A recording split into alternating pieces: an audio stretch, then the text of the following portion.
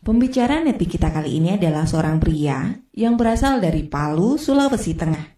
Namun saat ini beliau berdomisili di Tangerang. Beliau berasal dari keluarga yang biasa saja. Pada saat masih di bangku kuliah, ekonomi keluarga hancur karena kerusuhan di Kota Poso. Keadaan inilah yang menjadi titik balik kemandirian beliau untuk berjuang demi kehidupan yang lebih baik, mandiri, dan sukses. Walaupun sempat negatif dan menolak, beliau bersyukur bisa mengenal bisnis Tiens dan akhirnya bergabung. Beliau telah mendapatkan semua reward Tiens, mulai dari luxury car, yacht, dan villa, serta jalan-jalan ke luar negeri di puluhan negara. Impian terbesar beliau yang ingin dicapai adalah memberikan manfaat sebanyak-banyaknya bagi masyarakat. Bagaimana proses perjalanan beliau menjalankan bisnis Tiens? Inilah success story dari Nur Sam. Assalamualaikum warahmatullahi wabarakatuh. Selamat siang Jogja. Ya, Jogja selalu meninggalkan kenangan yang luar biasa. Oke, ngomong-ngomong saya diundang ke sini ya. Saat ini saya dari BSD di Tangerang. Hari ini saya diundang ke rumah saya sendiri gitu ya. Nah, kenapa? Karena saya lahir dan berkembang di bisnis ini yaitu di Jogja. Saya dulu pada saat sebelum memulai bisnis ini, secara tidak sadar saya didorong untuk berhasil. Dicemplungin gitu. Siapa yang cemplungin saya? Orang yang dulu maksa-maksa saya untuk datang ke pertemuan. Yang saya rasa dia itu mungkin mau manfaatin saya, kemudian mau nipu saya, ternyata saya didorong untuk menjalankan sebuah bisnis, sebuah profesi yang hari ini membuat perubahan besar dalam kehidupan saya. Bapak Ibu sekalian, hari ini yang mungkin Anda baru datang di ruangan ini. Saya nggak tahu Anda datang ke sini mungkin dipaksa-paksa, atau mungkin karena nggak enak gitu ya. Atau mungkin karena Anda punya utang gitu kan. Karena yang ngundang Anda punya utang banyak sama dia, terpaksa Anda datang ke sini. Nah, simpan dulu itu semua. Nah, kenapa? Karena satu hal, orang yang berbeda pasti dapatkan hal yang berbeda. Hari ini saya nggak tahu kenapa, cuman satu hal yang membuat saya kenapa saya bisa berdiri di sini, karena satu, yaitu keputusan. Banyak keputusan yang saya buat dari keputusan-keputusan kecil. Contohnya apa? Keputusan untuk mau datang di pertemuan. Nah, saya cerita, dulu saya hadir di pertemuan seperti ini ya. Saya diundang sama pengundang saya. Terpaksa kita naik taksi sama yang mengundang saya. Luar biasa, mahasiswa bisa naik taksi, Pak. Ke pertemuan seperti ini. Tapi luar biasanya pulang kita harus jalan kaki. Ya kan? Kalau berangkatnya udah nyampe di tujuan, pulangnya gitu ya. Saya bilang, mana kita naik taksi? Aduh, nggak punya uang gitu ya. Tapi sudah positif sama bisnis ini ya. Datang ke pertemuan, duduk paling belakang, jam sekian gitu kan. Mahasiswa belum makan, saya kambuh gitu kan. Saya keluar Pak. Saya keluar acara pertemuan seperti ini, saya keluar beberapa menit gitu kan. Makan di luar, tapi satu hal, 10 menit terakhir saya attend di belakang dan memperhatikan benar.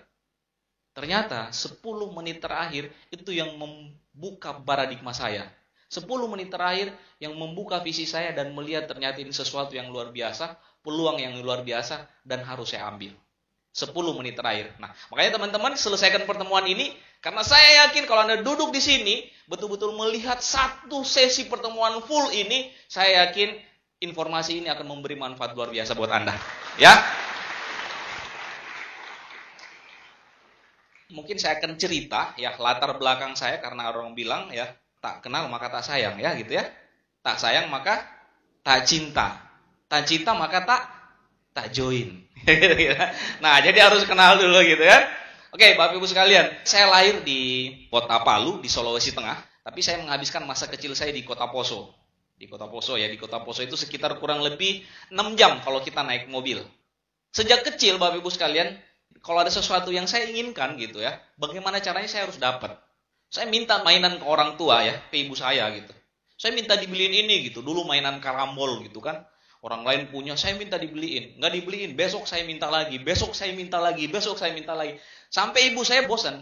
Bapak saya bosan, akhirnya dibeliin gitu kan. Satu hal yang saya pelajari dulu, ternyata ngotot itu 90% bahkan mungkin 99% akan membuahkan hasil.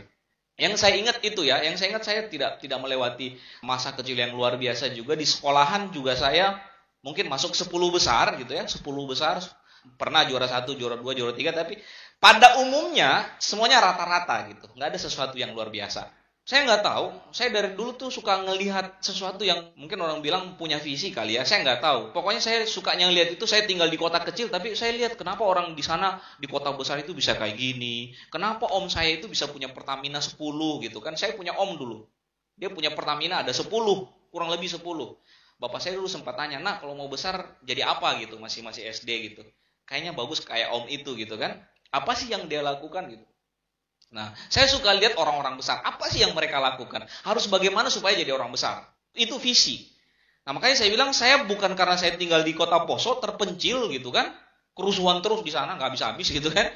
Tapi kita punya visi apa? Jadi saya sejak kecil itu nggak bisa nih kalau di sini terus. Akhirnya saya lulus SMP, saya hijrah ke Palu. SMA di Palu itu ngekos. Ngekos kayak kalau Poso itu kabupaten, Palu itu ibu kotanya. Jadi kayak mungkin Jogja sama Bantul kali ya. Nah, saya tinggal di Bantul, kemudian saya sekolah SMA di Jogja, di kota Palu. Nah, saya di sana ngekos, di sana saya belajar banyak, belajar kemandirian. Nah, tidak ada sesuatu yang luar biasa juga gitu. Saya masuk di satu lingkungan yang bagus. Saya masuk di sekolah provinsi di Sulawesi Tengah itu ada sekolah yang namanya sekolah unggulan.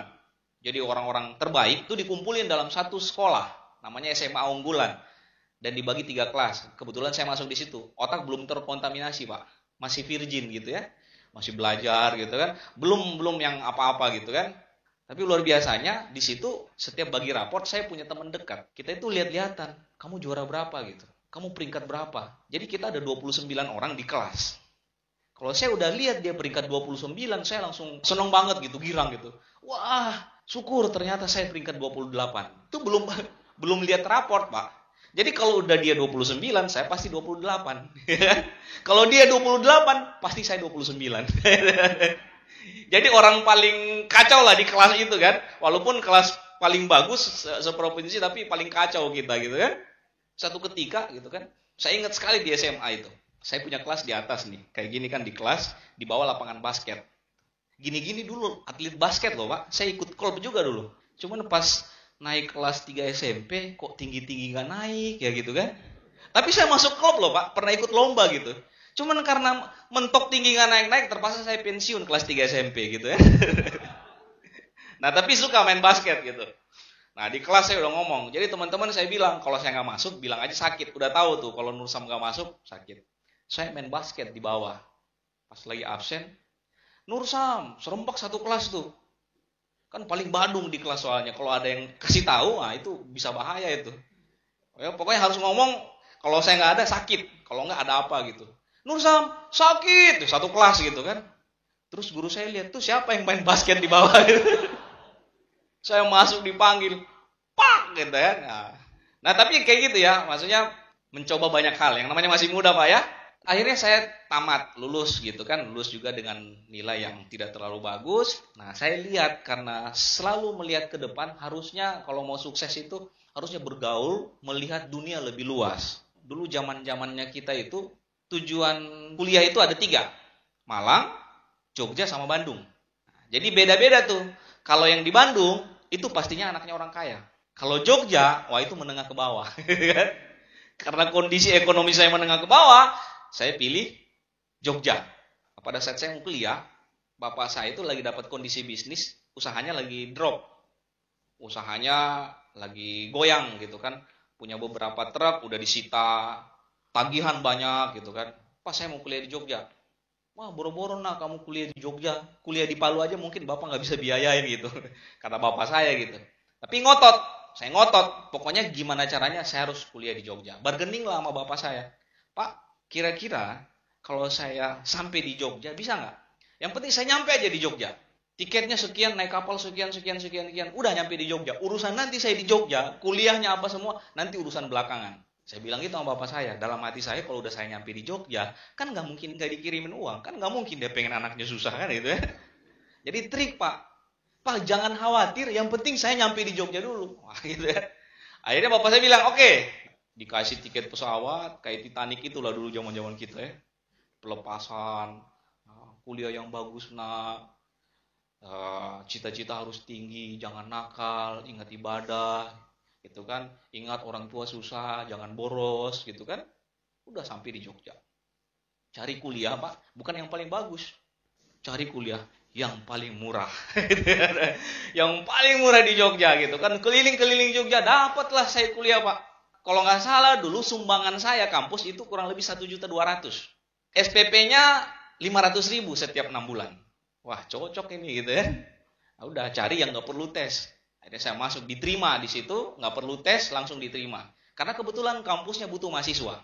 Jadi pertama kali saya ke kampus, kita naik becak, naik Kopaja dulu, naik Kopaja sampai di satu tempat, terus nyambung kita naik becak. Saya sama teman saya tuh, sama-sama dari Palu. Naik becak diantar gitu kan, stop becaknya. Udah nyampe, Pak? Udah. Kampus, Pak, kampus STTL. Iya, udah nyampe. Mana kampusnya? Bukan SMA, bukan SMP, kampus. Mana kampusnya? Itu kampusnya kan ini, udah depan kampus. Saya bilang, ini kampus atau SD? Gitu ya. Kampusnya, ya ampun, saya bilang jauh-jauh saya datang dari Sulawesi. Tapi nggak apa-apa lah, kan orang Palu nggak tahu gitu kan. Orang Palu nggak tahu. Yang penting kan kita jadi mahasiswa Jogja kan gitu. Zaman kita dulu, zaman saya dulu masih kuliah di Jogja, yang punya motor nggak ada. Karena dulu motor nggak bisa kredit, semuanya naik bis. Masih banyak yang naik sepeda, naik Kopaja ke kampus, adanya jalan kaki gitu kan. Yang penting kan tadi gitu. Jadi kalau kita dari Jogja, kalau pulang ke Palu, pokoknya buat sekucal mungkin. Semakin kumal, semakin kucal, semakin Jogja. Nah itu dulu, Pak. Nah makanya kita pilih Jogja gitu kan. Justru kalau kita punya celana nggak robek, dirobek, Pak. Kalau perlu jangan mandi, semakin nggak mandi, semakin Jogja itu. Nah itu Jogja dulu, Pak. Jogja dulu mungkin beda sekarang kan. Itu semakin gondrong, udah gondrong, kalau perlu digimbal gitu kan. Pokoknya semakin bau, semakin Jogja gitu ya. Nggak ada masalah, karena memang saya di Jogja, walaupun uang pas-pasan gitu kan. Saya cuma mau bilang, namanya orang lepas ya, bebas gitu kan. Semua yang nggak dilakukan di mana, di kampung ada orang tua, ada keluarga, kita lakukan semua di Jogja. Semuanya deh gitu kan. Kan nggak ada yang ngawasin gitu. Ya kan, saya hobi main PS. Hobi bola, wah itu bola maniak banget itu. Kalau namanya bola itu, gini, kita di kontrakan ya, dulu ada majalah bola, Pak. Harganya 2.500 kalau nggak salah. Kita itu sampai bela-belain, nggak beli makan, yang penting beli majalah bola. Itu majalah bola sampai kucel, kumel gitu kan, karena digilir, Pak. Main PS gitu kan. Nah, kebetulan kampus saya, di sebelah kanan itu ada rental PS. Pesan bapak saya, nak kamu harus rajin-rajin ke kampus ya. Saya pegang bener ini amanat orang tua. Jadi harus rajin-rajin ke kampus. Tiap hari saya ke kampus, Pak.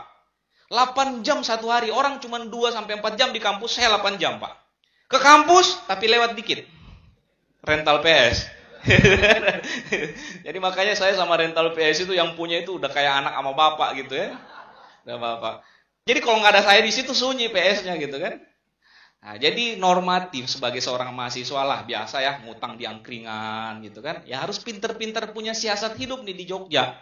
Gitu. Karena udah uang pas-pasan, kiriman kurang, bagaimana ceritanya tetap still go on gitu. Hidup tetap jalan, kuliah tetap bisa selesai.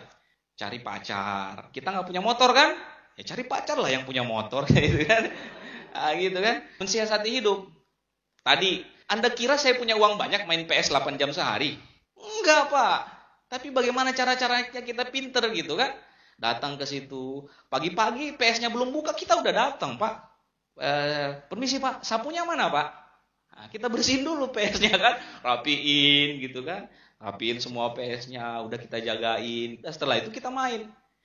Nah, nggak punya uang. Aduh, Pak. Maaf, belum punya uang. Kalau kita baik kan nggak mungkin nggak dikasih gitu kan. Ya warung depan kos-kosan saya juga itu ada angkringan gitu kan.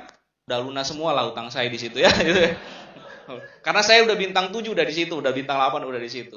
Tapi ya udah biasa lah kita hari-hari makan gitu kan. Nah, saya dulu punya kiriman sekitar rata-rata 150.000 per bulan. Terakhir 400.000. Terakhir saya dikirimin sebelum join di Tiansi. Itu tahun 2003, saya dikirimin uang 400.000 setiap bulan.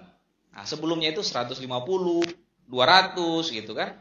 Nah jelas nggak cukup, Pak. Kebayang nggak? 300.000 hidup 1 bulan.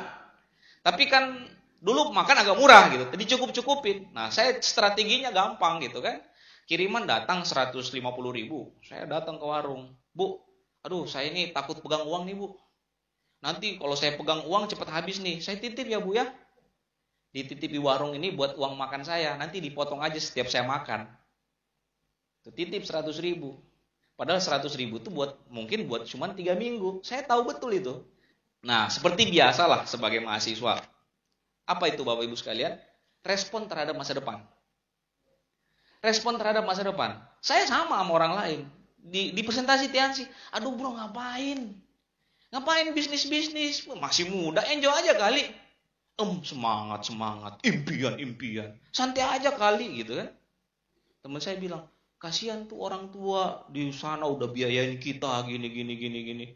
Biayain, mungkin ngutang di sana buat kita kuliah. Saya jawab apa, Pak? Lah kan tugas orang tua. Suruh siapa lahirin saya? Gampang aja kita ngomong gitu, Pak, gitu ya. Namanya masih muda gitu, jadi menikmati hidup gitu. Jadi respon kita terhadap masa depan, kadang lingkungan itu tidak mendukung, Pak. Ada satu saat di mana kita harus disadarkan sama masa depan.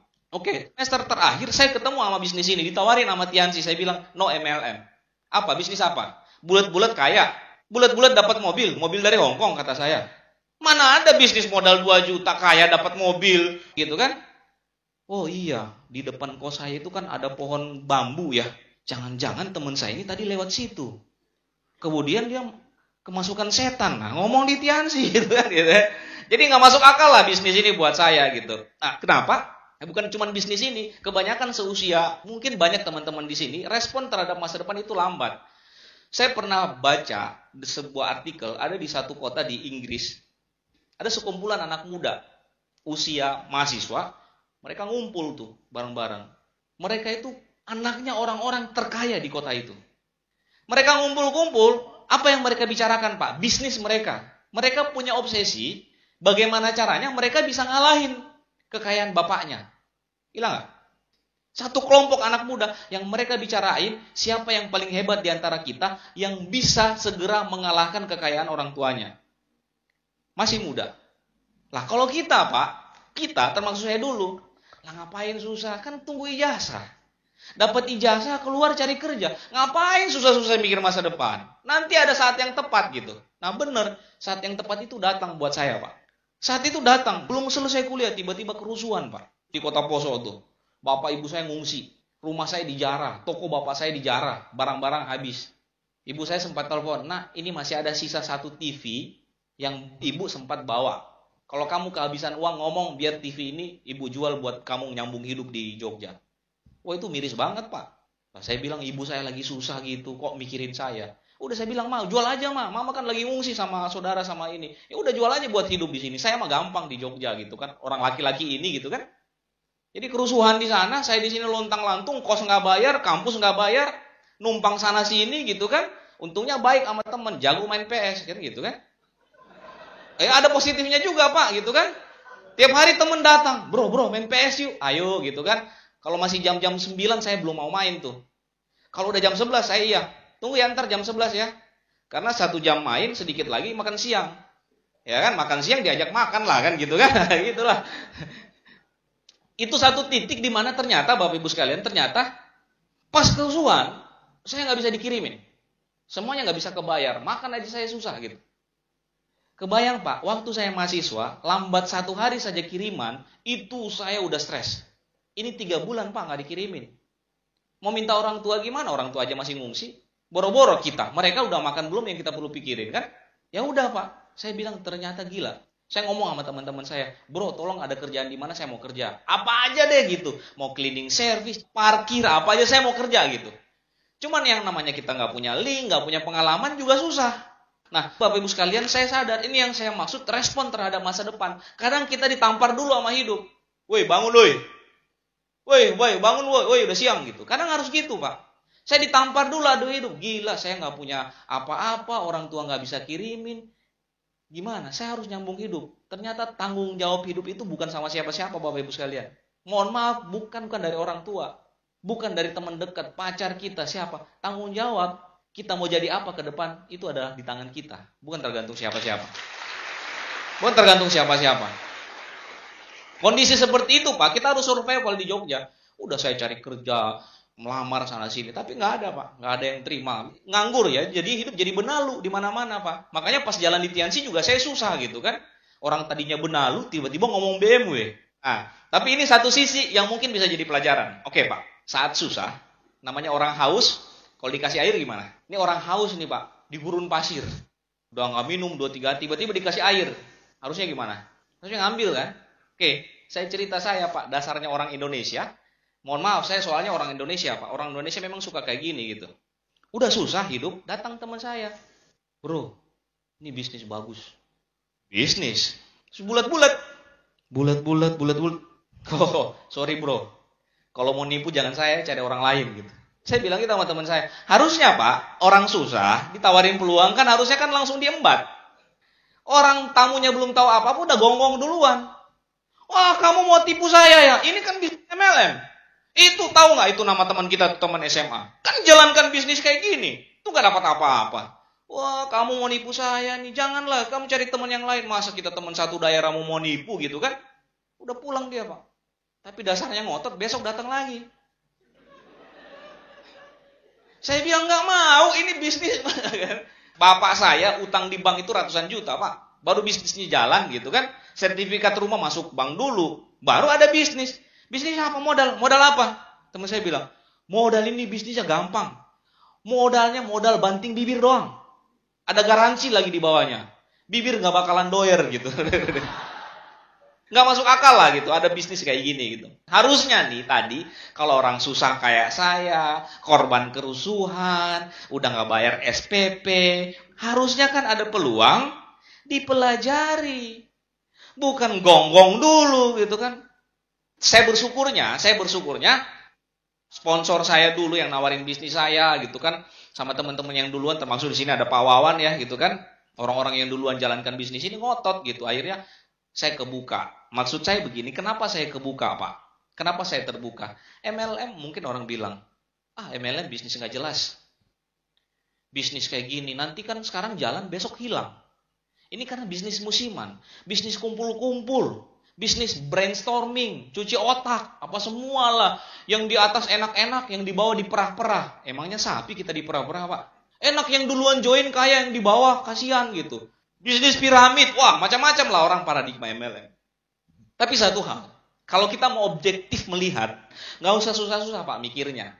Cek ada nggak yang berhasil, cek ada nggak yang sukses, cek siapa yang menjalankan, siapa yang berhasil. Saya Bapak Ibu sekalian cuma butuh satu bukti merubah semua paradigma saya tentang bisnis MLM. Saat itu saya temuin sama orang yang sudah berhasil di bisnis ini. Gitu. Nunjukin slip bonus. Mas, ini bonus saya jalankan sekian lama, bonus saya 11 juta. Masnya mahasiswa kan? Iya. Pasti bayar SPP udah telat-telat. Kiriman kamu berapa sih Mas? Mau negatif sama bisnis MLM? Wah, ini luar biasa nih orang nih. Kita baru duduk, Pak udah diceramain. Mas mahasiswa, pasti makannya Senin Kamis kan? Suka makan Indomie kan? Utang di Burjo berapa Mas? Kiriman pasti nggak nyampe 500 ribu. Gitu mau-maunya kamu, bisa-bisanya kamu negatif sama bisnis ini. Ini bonus saya 11 juta gitu.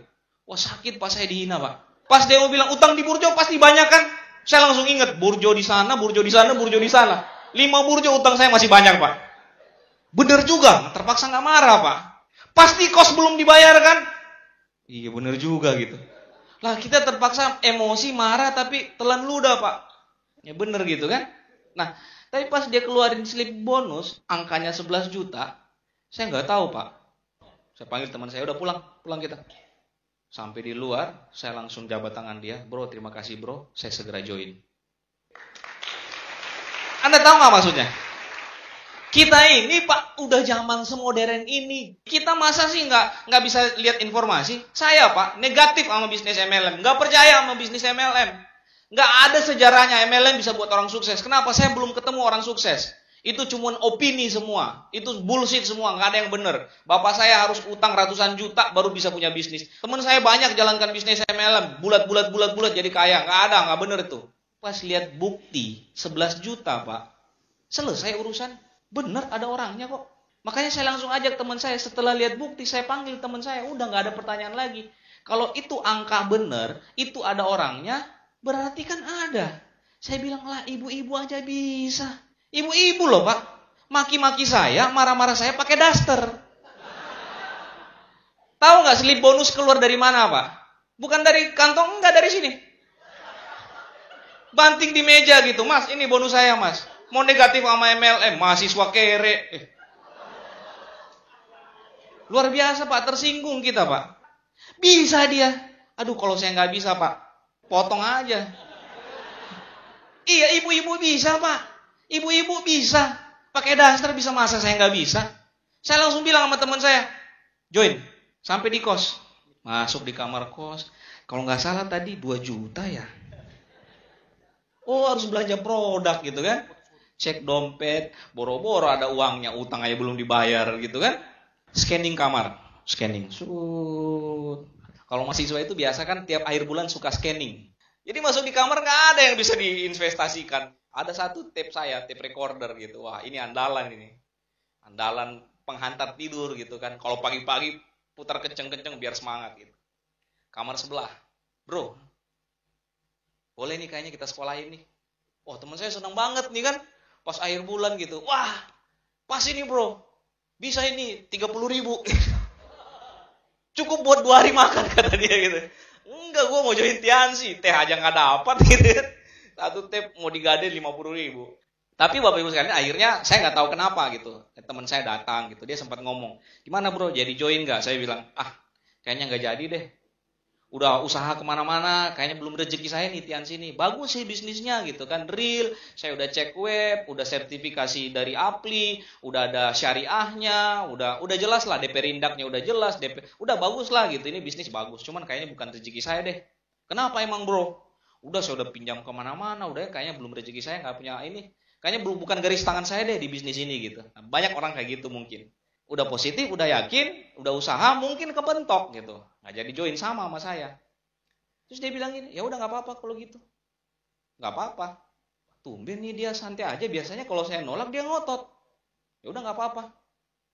Tapi ingat friend, tidak lama dari sekarang, 1 atau 2 tahun dari sekarang, saya ke kampus udah naik mobil BMW.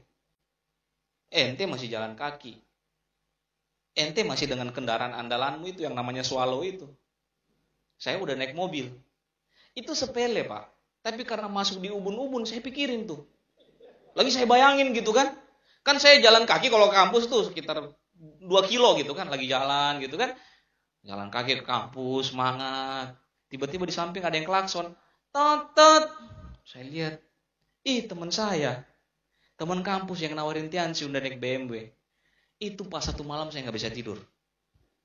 Saya cuma ngebayangin kita sama-sama susah sekarang, sama-sama kere sekarang. Kalau saya nggak ngambil ini, dia jalan Tiansi 2 tahun dia kaya dan saya tetap kere. Aduh. Jangan sampai terjadi. Pokoknya harus join.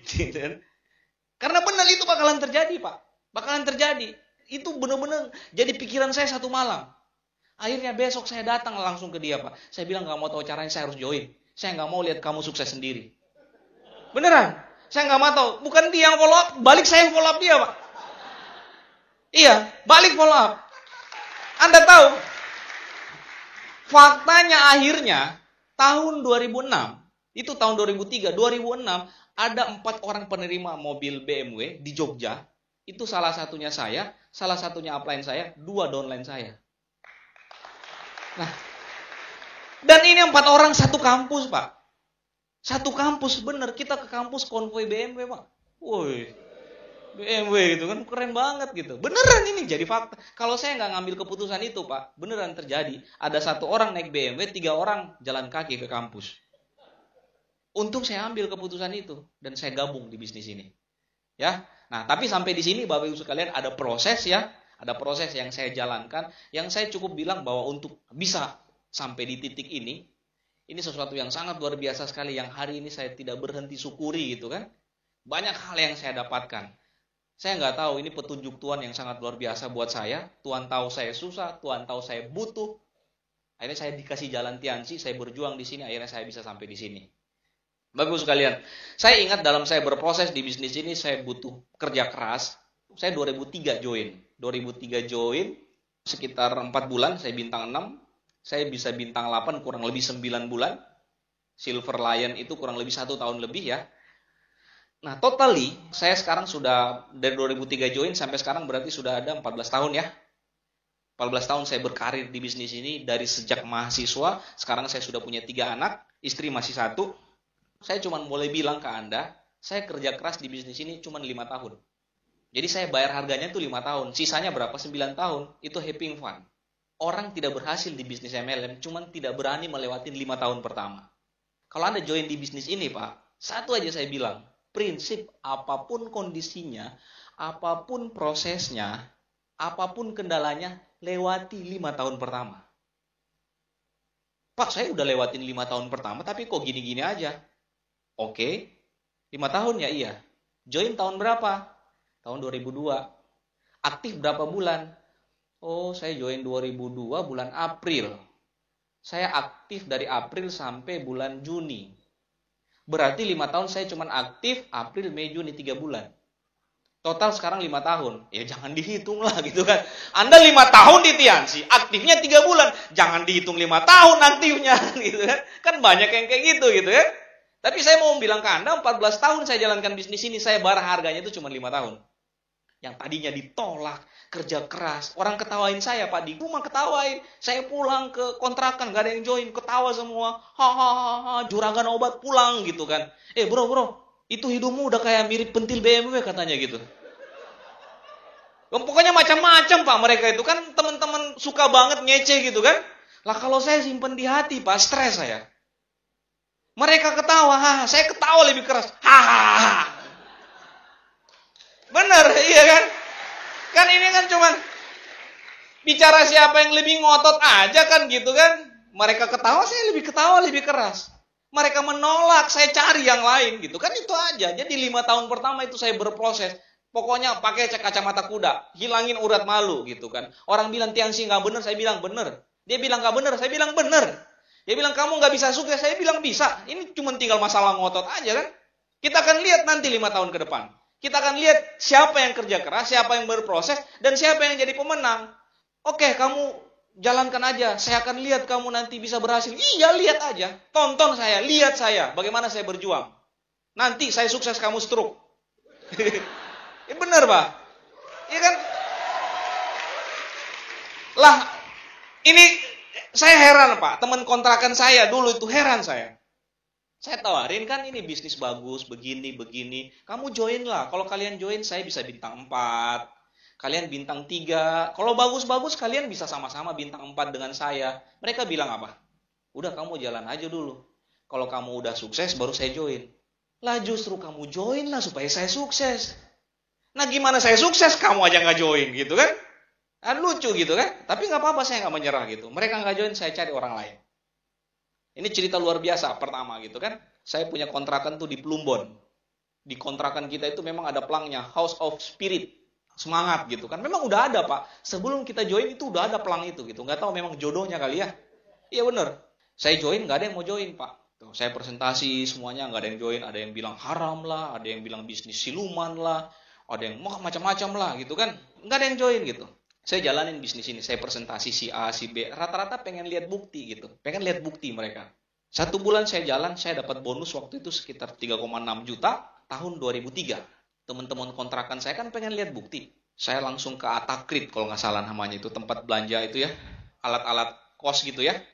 Jadi teman-teman kampus, saya pulang. Beli cepet gitu, saya rapiin. Karpet, kursi gitu kan. Kan kontrakan apa laki-laki di Jogja kan pokoknya semrawut, sendal di mana gitu. Pokoknya semrawut lah, kayak apa? Kayak kandang ayam lah gitu kan. Saya rapiin, Pak. Rapiin gitu semua. Nah, di kontrakan saya semuanya negatif. Semuanya negatif. Kalau saya pulang diecein semua gitu kan. Mereka main PS, saya pulang masuk kamar, mereka main PS ketawa-ketawa. Hihihi. Penjual obat pulang gitu kan. Bro, hati-hati ya, sakit gitu. Pokoknya saya habis diece. Saya beli semua, pulang satu-satu. Saya duduk tuh di ruang tamu, santai gitu kan. Mau dengar komentar mereka gitu kan. Weh, bokap siapa nih baru datang? Udah masuk satu. Saya liatin nih, bro. Bonus saya 3 juta tuh beli karpet, beli ini. Wah, hebat ya Tiansi ya. Kamar, datang lagi satu pulang. Wih, rumah udah bersih kontrakan. Emak siapa yang baru datang gitu kan. Emak mata lupe yang kata saya gitu kan. Saya tunjukin lah bukti, ini bonus saya gitu. Ternyata Pak, mereka tuh cuman pengen lihat bukti. Cuman dasarnya ini kan negatif semua nih. Satu kontrakan negatif. Datang satu ke kamar saya. Bisnismu bagus ternyata ya.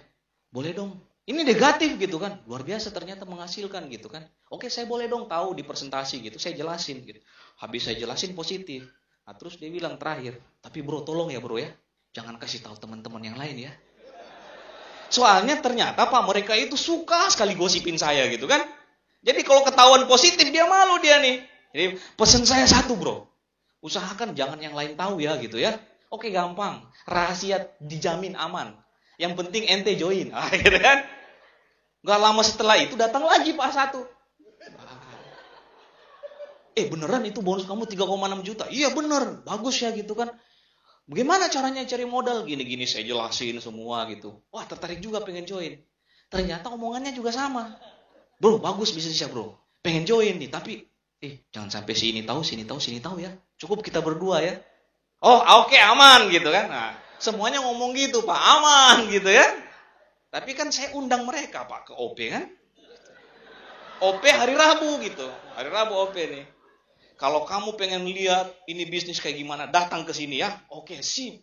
Wah, saya udah ketawa dalam hati. Lihat aja ntar nih. Hari Rabu Pak OP gitu kan datang. Oh, saya duluan aja datang. Wah, sendiri datang satu-satu. Ketemu. Join juga.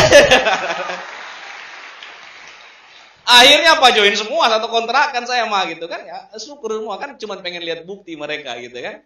Jadi ya Bapak Ibu sekalian ya begitu proses di bisnis ini. Anda perlu buktikan siapa. Tapi saya bintang 4 bukan gara-gara mereka, tapi saya presentasi di luar dulu. Tapi akhirnya energi positif itu menyebar gitu karena fakta itu tidak bisa ditutup-tutupin. Yang namanya fakta-fakta itu. Mobil BMW Pak Yoas dapat mobil niaganya ada. Orang nggak percaya mobilnya ada kok. Kita dapat BMW, kita dapat Mercy, dapat kapal pesiar, dapat pesawat, dapat villa. Ada kok buktinya gitu. Fakta nggak bisa bohong gitu.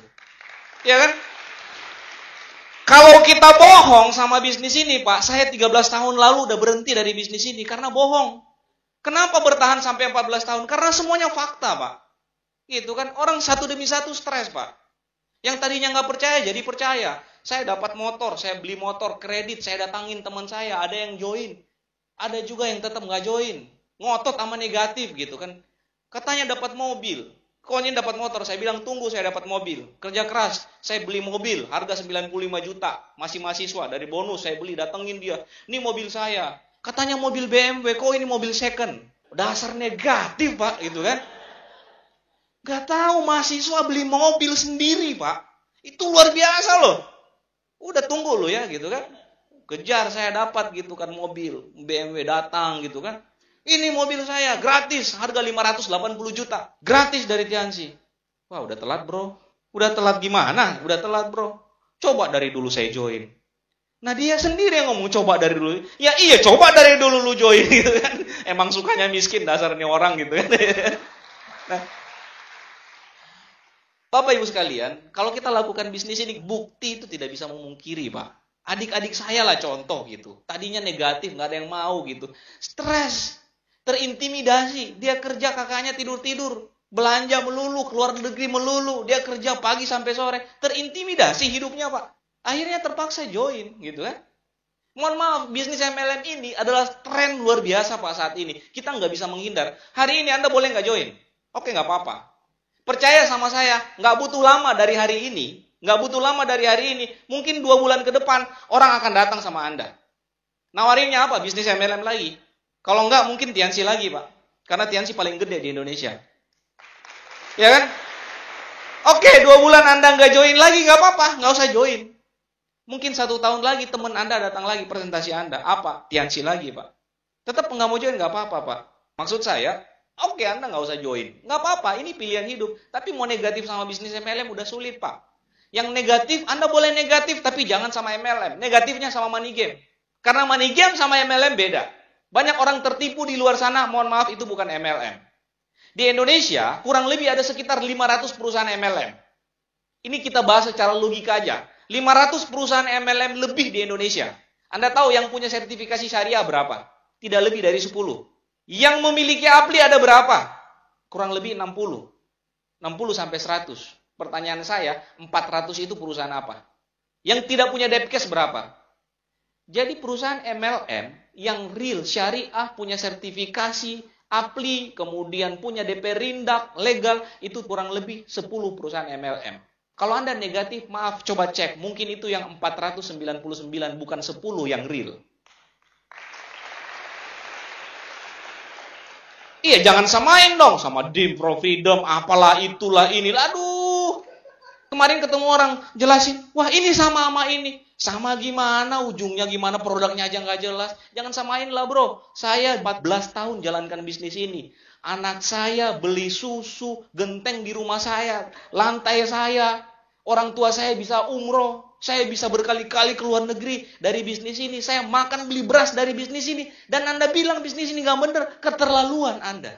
Ya kan kita mau emosi, mau bilang, gila hidup saya dari Tiansi, dia bilang ini bisnis nggak bener gitu kan. Jangan-jangan hidupmu yang nggak bener gitu kan. Nah, makanya cek dulu Pak, bisnis MLM itu apa? Makanya orang mungkin lihatnya yang jelas. Oke, kalau saya tanya gini. Bicara MLM, ada 490 MLM yang nggak bener.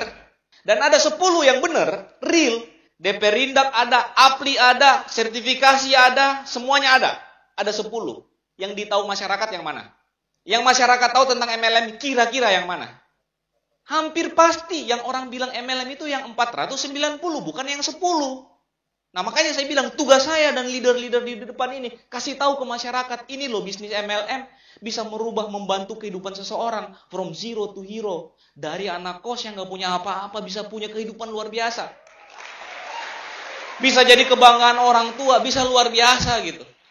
Kebayang nggak sih? Saya nggak tahu Pak kalau nggak ada Tiansi hidup saya kayak gimana gitu. Mungkin saya jadi gelandangan sekarang. Mungkin anak-anak saya nggak bisa sekolah yang terbaik. Saya mungkin nggak bisa kasih senang orang tua gitu. Kenapa? Bisnis modal 2 juta, saya cuma ngutang mulainya Pak. Mana ada bisnis kayak gitu. Tapi perantara bisnisnya di hidup saya bisa berubah. Yang saya lakukan apa? Sama yang dilakukan sama orang-orang yang sudah berhasil di luar sana. Kerja keras, ketekunan, never give up. Saya memulai bisnis ini dengan keyakinan.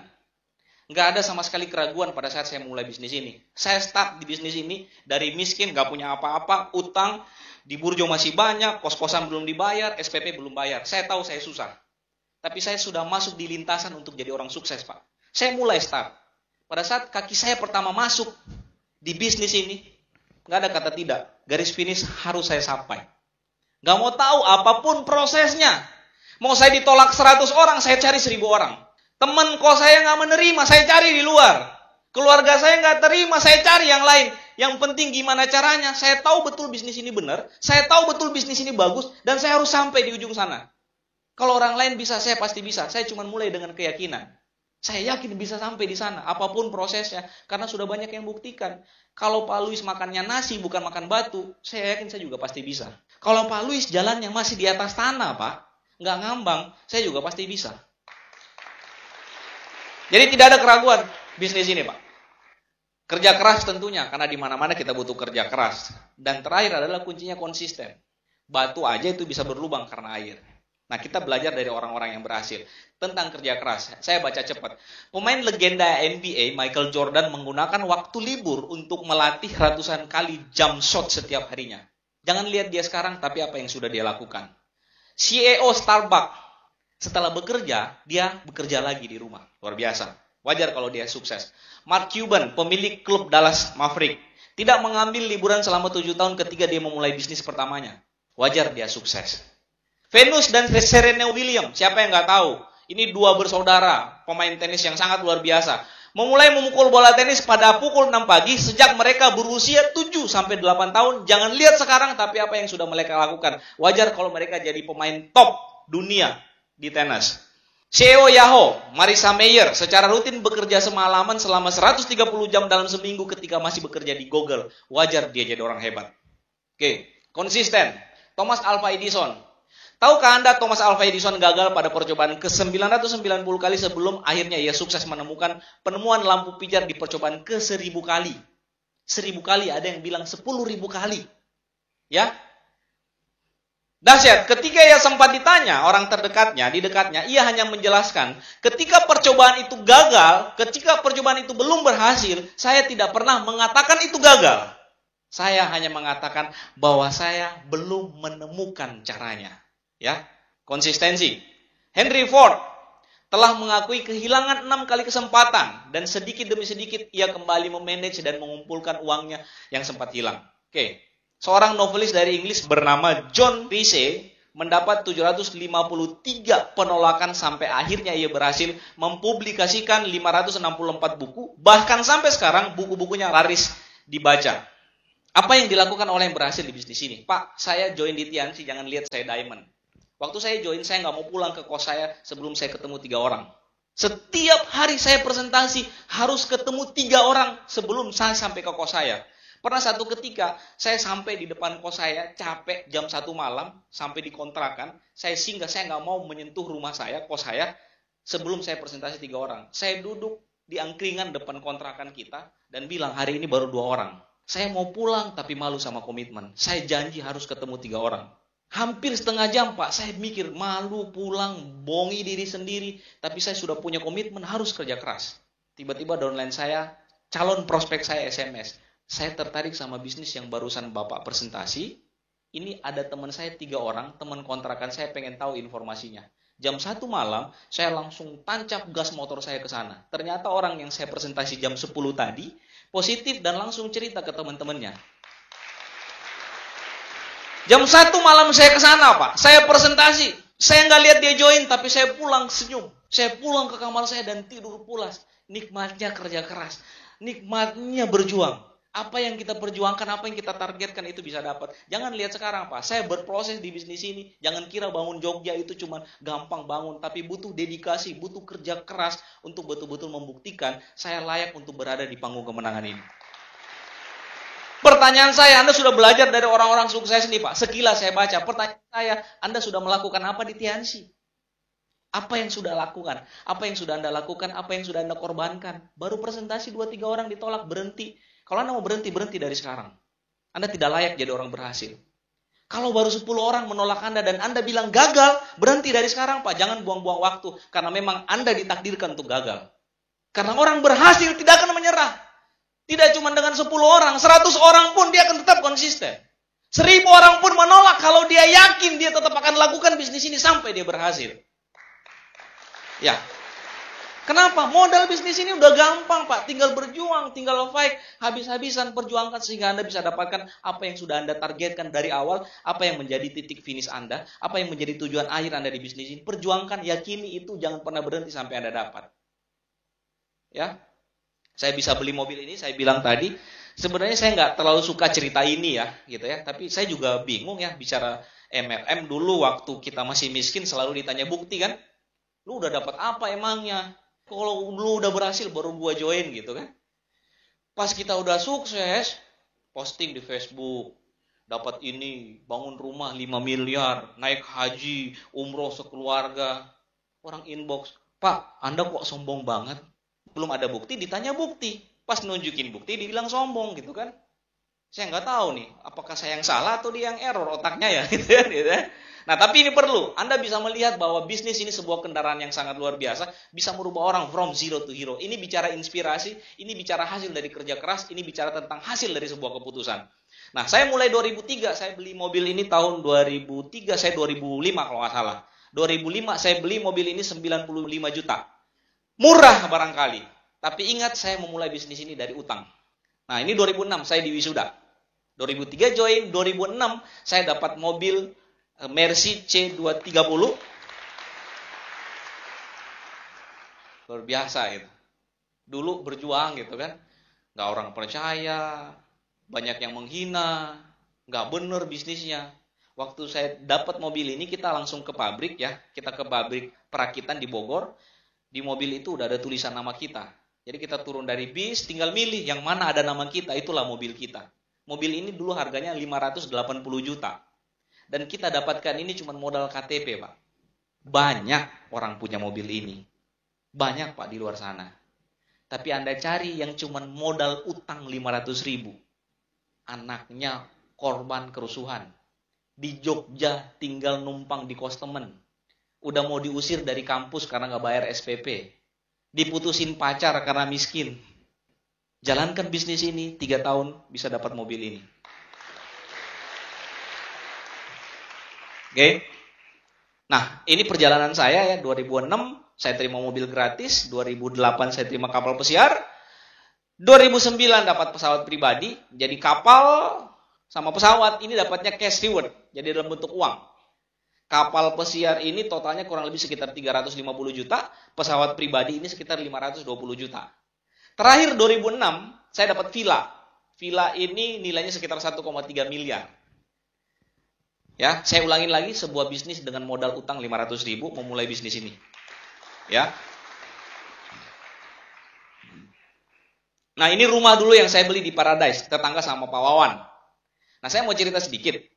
Saya bisa beli rumah ini harga kurang lebih sekitar 1,2 M nilainya waktu itu. Punya mobil 2. Saya bukan bicara ini, tapi saya bicara sebuah pencapaian. Saya masih mahasiswa statusnya. Jalankan bisnis ini modal ngotot, ditolak makin semangat. Di usia 28 tahun, banyak orang bilang, Pak, Anda bisa dapat kehidupan mapan yang orang butuh berjuang 30-40 tahun. Tapi saya bisa dapatkan ini di bisnis ini cuma 4 tahun berjuang.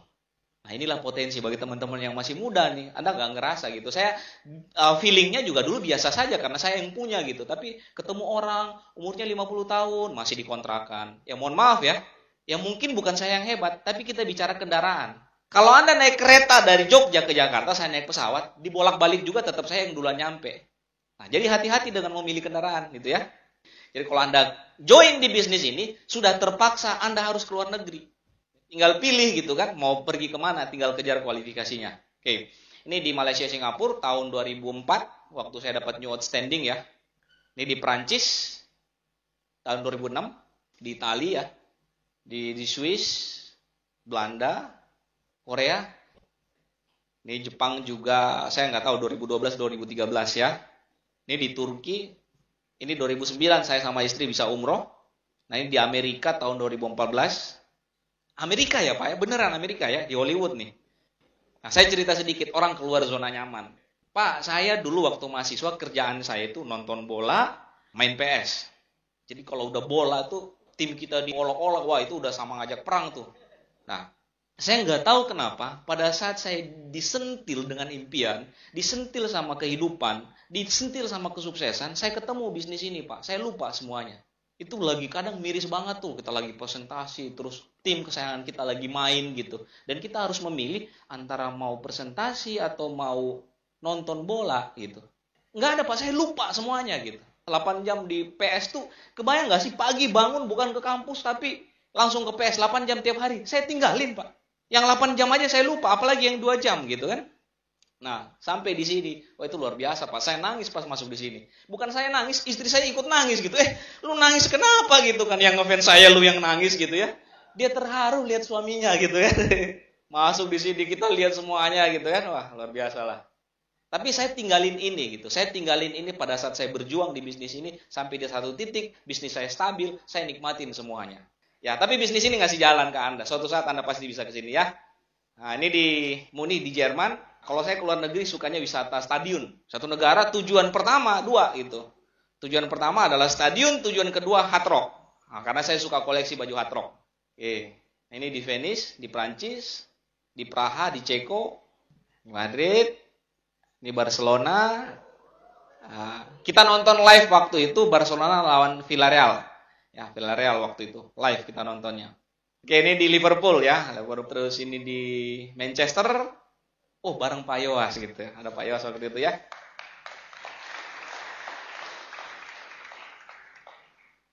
Oke. Nah, oke Bapak Ibu sekalian, ini saya cerita ini bukan bicara hebat-hebatan, bukan ya. Ini bukan bicara sombong-sombongan, kita bisa keliling dunia, tapi ini apa adanya. Jadi ini udah apa adanya gitu. Kalau London itu apa adanya Pak. Dapat reward, itu apa adanya di bisnis ini, tidak kita lebih-lebihkan. Penghasilan ratusan juta per minggu, itu apa adanya, bukan kita lebih-lebihkan. Itu potensi Anda. Kalau Anda jalankan bisnis ini dengan serius. Oke. Kalau ini bisa jadi jalan buat saya, kira-kira bisa jadi jalan buat Anda juga nggak? Pastinya bisa. Karena bisnis ini tidak melihat Anda. Pada saat Anda punya komitmen di sini, tidak dilihat Anda siapa, Anda cukup punya komitmen untuk mau serius jalankan bisnis ini, terserah Anda punya impian apa. Sejauh apa Anda mau berjuang di bisnis ini, tentukan. Dan Anda perjuangkan sampai Anda dapat. Unlimited. Kalau Anda nggak cukup 100 juta per minggu, kejar 200 juta per minggu. Kalau 200 juta nggak cukup, Anda kejar 1 miliar per minggu, bisnis ini kasih jalan. Pak, saya cuma pengen 10 juta per minggu, kejar 10 juta per minggu. Karena bisnis ini, itu dari mana sampai di mana Anda melihat bisnis ini, disitulah Anda. Nah, hari ini saya sampai di sini masih banyak visi besar yang saya mau kejar. Hari ini saya masih kerja keras. Hari ini saya masih berjuang di bisnis ini. Saya pikir saya masih muda, umur masih ada. Kenapa saya sia-siakan cuma dengan santai di rumah, tapi hidup ini adalah perjuangan. Karena saya dididik di bisnis ini untuk kerja keras, untuk berjuang, dan tidak pernah menyerah. Dan saya nggak tahu itu sudah jadi habit buat saya. Oke, Bapak Ibu sekalian, saya cerita sedikit. Kenapa sih saya harus berjoin di bisnis ini? Orang suka tanya, Pak Nur Sam, Anda kecil-kecil, ganteng gitu kan. Wah, kayak artis mana? Kayak cover majalah gitu kan. Kok bisa sesemangat itu gitu? Teman-teman saya SMA bilang, lu hebat bro. Bisa kayak gitu, bisa berjuang kayak gitu, bisa ditolak orang sampai berhasil. MLM kan sulit gitu. Padahal nggak tahu aja dia bawa bisnis ini gampang. Bisnis yang sangat gampang. Kenapa bisa seperti ini? Saya bilang, saya punya rahasia. Saya nggak tahu pengalaman ini saya patut bagi ke Anda semua atau enggak gitu. Saya punya rahasia yang orang bilang, kalau Anda tahu, ini adalah sesuatu yang Anda juga punya. Dan semua orang punya kalau dia sadar. Saya punya rahasia, saya nggak tahu kenapa, ini adalah bahan bakar yang saya nggak tahu kenapa. Semakin saya berjuang di bisnis ini, semakin saya dapat proses di bisnis ini, saya semakin semangat.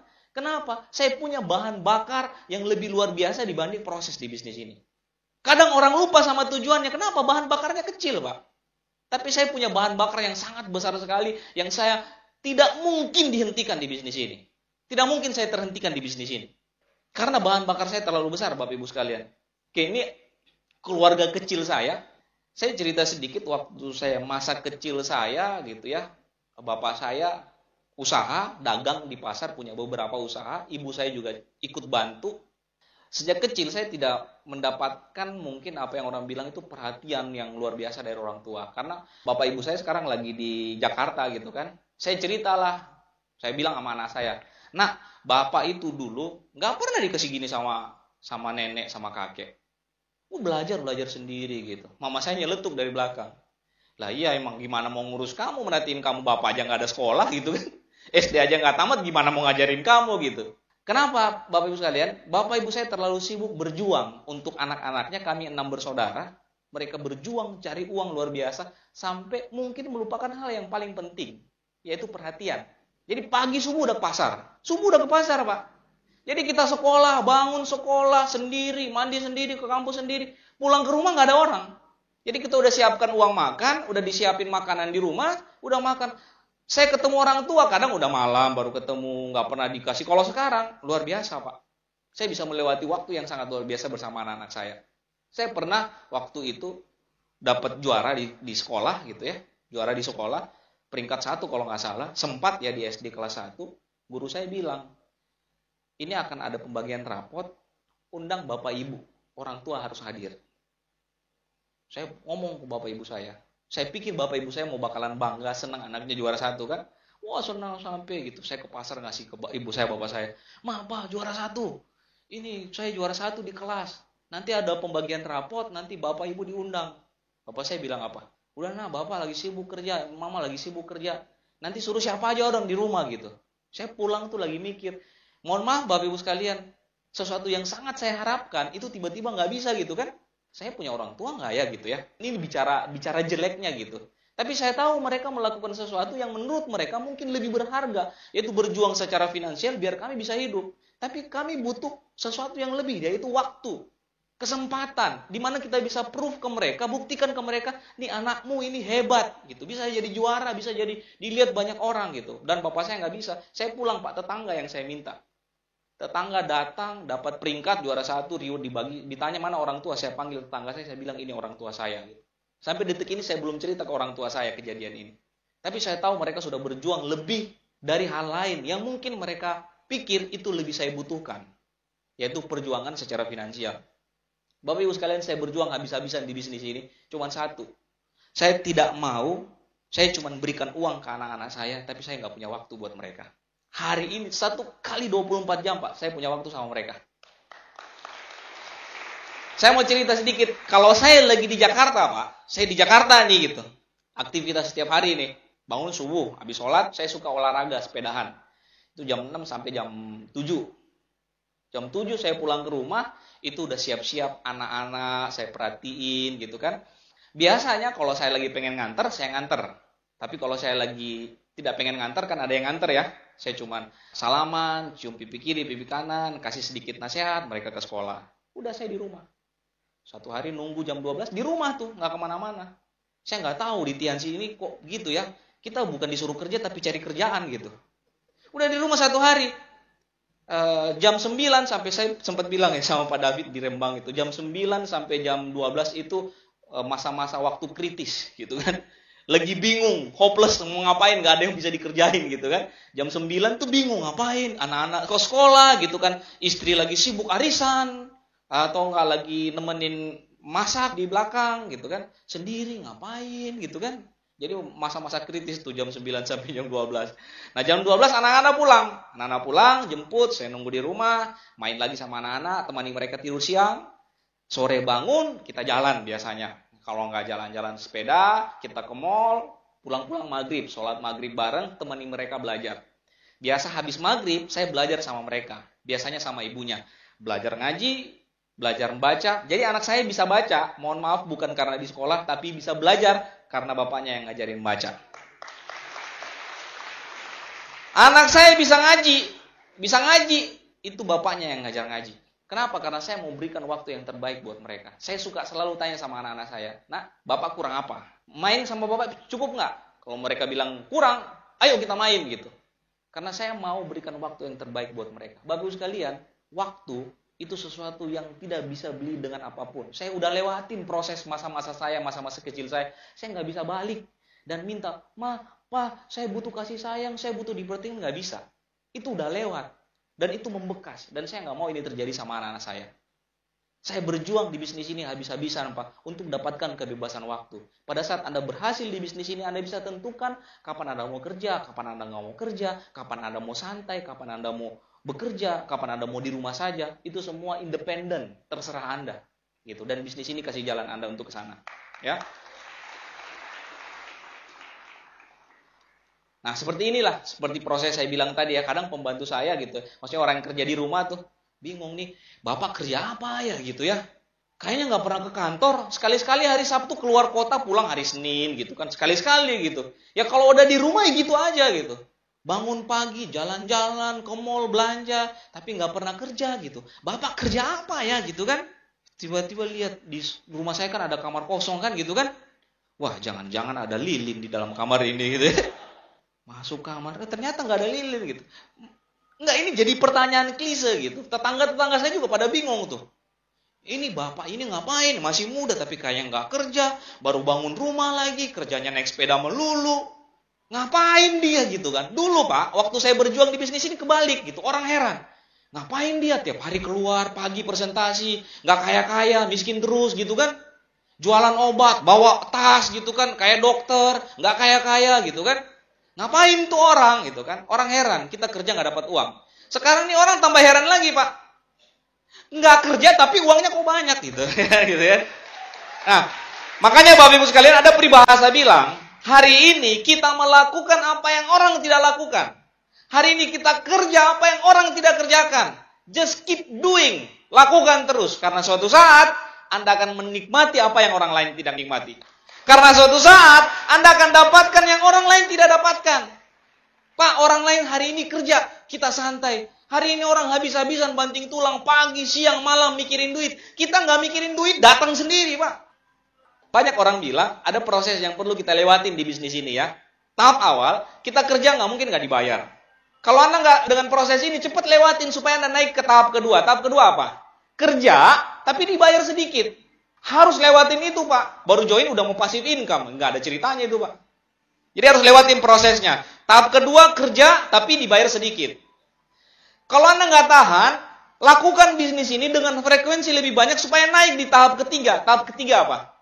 Kerja akan dibayar senilai. Kerja dibayar senilai, kerja dibayar senilai, kerja dibayar senilai. Kalau Anda masih belum puas, lakukan lebih banyak, frekuensinya ditingkatkan, lebih kerja keras biar Anda naik ke tahap selanjutnya. Tahapannya apa? Kerja sedikit, dibayarnya banyak. Bahkan tanpa bekerja, dibayar terus. Kenapa kita mau berjuang di bisnis ini untuk sampai di level itu? Nah, sekarang Anda bisa pikir bagi teman-teman yang sudah berjuang di bisnis ini, yang sudah join di bisnis ini, Anda berada di tahap mana? Perjuangkan itu. Perjuangkan sampai Anda naik di satu tingkat di mana gila ini Mr. Lee.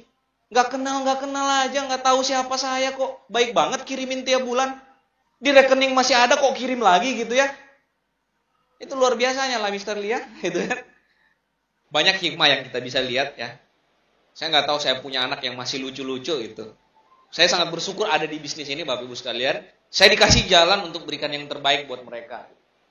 Mereka bisa melihat orang tuanya berjuang. Mereka masih bisa merasakan kasih sayang dari orang tuanya gitu ya. Memberikan yang terbaik, kasih waktu yang terbaik.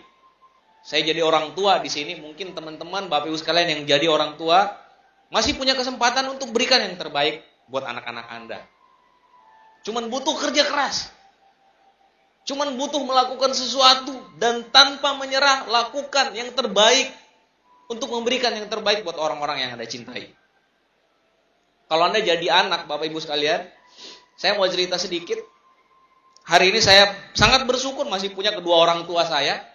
Bapak Ibu saya masih ada. Dulu bapak saya pernah ngomong ya. Saya cukup nakal dulu waktu SMA, kemudian kuliah. Bapak saya pernah ngomong ke saya, nak, bapak udah didik kamu, bapak udah berkorban banyak buat kamu. Kok sampai hari ini, kamu justru malah repotin orang tua. Mama saya bilang, nak, sejak kecil mama berjuang sampai jualan gorengan di pinggir jalan. Sampai bantu orang lain, apapun ibu lakukan supaya kalian bisa senang. Supaya kalian bisa besar, bisa jadi orang sukses dan bikin mama seneng. Sampai satu titik Bapak Ibu sekalian saya kuliah di Jogja. Saya pulang, mama bilang ke saya, nak, mama dari kamu kecil nyusahin mama. Kamu udah besar sekarang. Bukan malah nyenengin, tambah bikin susah Pak. Jadi sampai saya kuliah Pak. Mungkin Bapak Ibu saya bilang saya masih nyesel punya anak seperti kamu Pak. Sampai saya kuliah. Pada saat saya ketemu bisnis ini, saya ketemu kendaraan ini, Pak, saya bilang ini jalannya, Pak. Ibu saya mungkin gak mau dibeliin berlian, ibu saya mungkin gak mau rumah baru, bapak saya mungkin gak butuh mobil, Pak. Tapi satu yang saya yakin dia pingin lihat saya berhasil. Dia pingin lihat saya jadi orang. Makanya Bapak Ibu sekalian, pada saat saya berjuang di bisnis ini, saya punya foto ibu saya masukin di dompet, Pak. Saya bintang 3 sampai bintang 7. Foto ibu saya di dompet. Setiap saya rasakan proses, setiap saya ditolak orang, saya tinggal buka dompet saya bilang, senyum bangga orang ini. Senyum bangga orang ini tidak akan membuat saya mundur. Ini terlalu kecil prosesnya.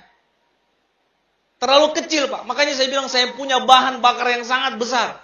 Saya punya bahan bakar yang sangat besar. Saya punya jalan di Tianxi. Saya cukup berjuang. Saya habis-habisan. Saya kerjakan bisnis ini. Sampai saya berhasil. Saya yakin mereka akan bangga. Dan sampai di titik ini Bapak Ibu sekalian. Sampai di titik ini. Banyak proses. Saya terima reward. Saya berjuang di bisnis ini Bapak Ibu sekalian. Saya nggak tahu. Ada orang bilang, Pak, Bu, jangan bangga dulu dengan hasil yang Anda dapat. Mungkin itu bukan cuma karena kerja keras Anda. Mungkin itu karena doa ibu Anda. Mungkin Anda sampai di titik ini ditakdirkan Anda seperti ini karena doa Bapak Ibu Anda. Makanya jangan pernah sampai lupa. Muliakan orang tua Anda, muliakan ibu bapak Anda. Jadikan orientasi berhasil Anda, sukses Anda untuk kebanggaan mereka. Hari ini Bapak Ibu sekalian, kami korban kerusuhan. Bapak saya udah gak bisa bekerja lagi, toko tutup gitu kan. Saya dikasih jalan di Tianxi, perantara bisnis ini saya bisa sekolahin anak-anak saya, adik-adik saya, bisa sampai wisuda semua perantara bisnis ini. Sekarang Bapak Ibu saya lagi di Jakarta gitu.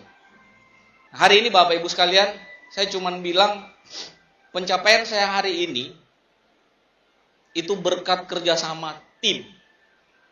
Tim itu siapa? Kehendak Tuhan, doa orang tua, kerja keras saya, kerja keras teman-teman, dedikasi kita, komitmen kita untuk kerja keras di bisnis ini. Dan hari ini Bapak Ibu sekalian, saya bisa sampai di sini bukan karena saya hebat, bukan karena saya luar biasa. Karena saya menyatukan semuanya. Doa, ikhtiar, kerja keras. Hari ini saya bisa di sini. Mungkin ini adalah gambaran masa depan Anda, Bapak Ibu sekalian. 2, 3, 4 tahun ke depan, Anda boleh lihat foto ini. 3 tahun ke depan, 4 tahun ke depan. Kalau Anda masih punya kesempatan, punya orang tua, Pak, berjuang bisnis ini. Kalau Bapak Ibu Anda masih hidup, lakukan bisnis ini. Kerja keras habis-habisan. Tunjukkan bahwa Anda bisa bayar perjuangan mereka dengan kesuksesan Anda, Bapak Ibu sekalian. 3 tahun ke depan, 4 tahun ke depan, Anda boleh ganti foto ini. Anda boleh ganti foto ini dengan foto Bapak Anda. Anda bisa ganti foto ini dengan foto Ibu Anda dan Anda bercerita di sini. Anda bisa berhasil karena doa mereka. Anda bisa sukses karena perjuangan Anda dan doa mereka, Bapak Ibu sekalian. Hari ini saya bisa sampai di sini. Saya bisa sukses di bisnis ini karena sudah berproses. Anda cuma butuh berjuang, Anda cuma butuh kerja keras di bisnis ini untuk buktikan. Panggung ini hari ini milik saya, dan 3 tahun ke depan, panggung ini akan jadi milik Anda, Bapak Ibu sekalian. Terakhir, Bapak Ibu sekalian, winning spirit, kemenangan sejati hanya milik orang-orang yang tidak pernah menyerah. Saya suka selalu bilang bahwa ini bisnis gampang, sederhana. Cuman butuh orang-orang yang tough, cuman butuh orang-orang yang struggle, cuman butuh orang-orang yang selalu menegakkan kepalanya terhadap semua proses. Tidak ada kata tertunduk, tidak ada kata mundur. Selagi Anda komitmen join di bisnis ini, selagi Anda komitmen untuk wujudkan impian Anda, selalu tegakkan kepala Anda dan Anda bilang, saya pasti bisa. Anda berproses di bisnis ini. Anda sakit di bisnis ini. Anda susah di bisnis ini. Anda bangun bisnis ini. Mungkin susah. Mungkin hari ini Anda datang ke sini sendiri. Mungkin Bapak Ibu sekalian, hari ini bisnis Anda lagi nggak bagus. Mungkin hari ini Anda lagi capek dengan bisnis Anda. Saya cuma bilang, jangan sampai Anda mundur 1 langkah pun. Jangan sampai Anda menunduk. Tetap tegakkan kepala Anda. Dan lakukan terus. Lakukan terus. Presentasi terus. Follow up terus. Bangun terus. Dan jangan menyerah. Karena orang yang sukses, pemenang di bisnis ini akan lahir dari orang yang tidak pernah menyerah.